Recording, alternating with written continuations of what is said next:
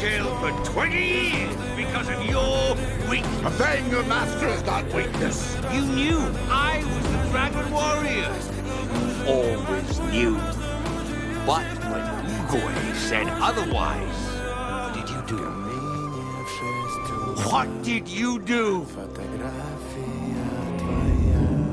Nothing. I've always been proud of you. From the first moment, I've been proud of you. And it was my pride that blinded me. I loved you too much to see what you were becoming. What I was turning you into. I'm sorry.